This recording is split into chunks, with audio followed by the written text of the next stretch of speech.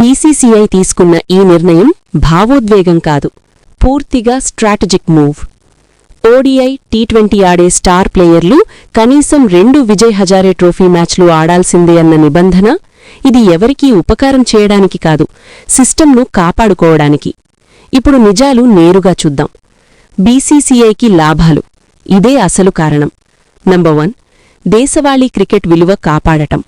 స్టార్లు లేకపోతే విజయ్ హజారే అంటే ఖాళీ స్టేడియంలు, జీరో అటెన్షన్. స్టార్లు వస్తే టీవీ రేటింగ్స్ పెరుగుతాయి, స్పాన్సర్లు మళ్లీ ఆసక్తి చూపిస్తారు, టోర్నమెంట్కు గౌరవం వస్తుంది. బీసీసీఐకి ఇది బిజినెస్ మరియు legacy protection. Number 2, selection system బలోపేతమవుతుంది. ఇప్పటివరకు సమస్యేంటి? ఐపీఎల్ ఫామ్ ఆధారంగా ఇంటర్నేషనల్ ఛాన్స్, దేశవాళీ ప్రదర్శనలను లైట్గా తీసుకోవడం. ఇప్పుడు సెలెక్టర్లు స్టార్లను కూడా అదే స్కేల్పై కొలుస్తారు.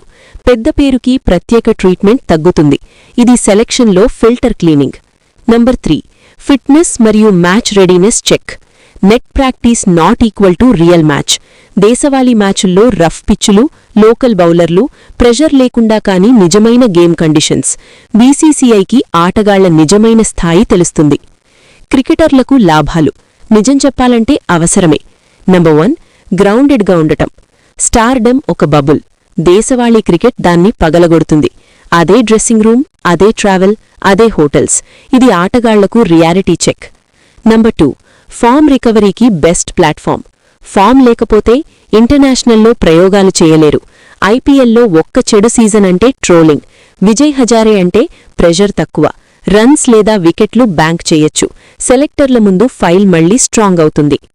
నంబర్ 3, యంగ్ ప్లేయర్లకు నిజమైన గైడెన్స్. నెట్స్లో కాదు, మ్యాచ్లో స్టార్తో కలిసి ఆడితేనే యంగ్ ప్లేయర్ ఎదుగుతాడు. ఇది ఇన్స్టాగ్రామ్ మెంటర్షిప్ కాదు, ఆన్ ఫీల్డ్ లెర్నింగ్. కఠిన నిజం, వినడానికి నచ్చకపోయినా దేశవాళీ క్రికెట్ను దాటేసి నేరుగా స్టార్గా ఉండాలని అనుకుంటే ఆ సిస్టమ్ ఎక్కువ రోజులు నిలబడదు. బీసీసీఐకి ఇది హెచ్చరిక.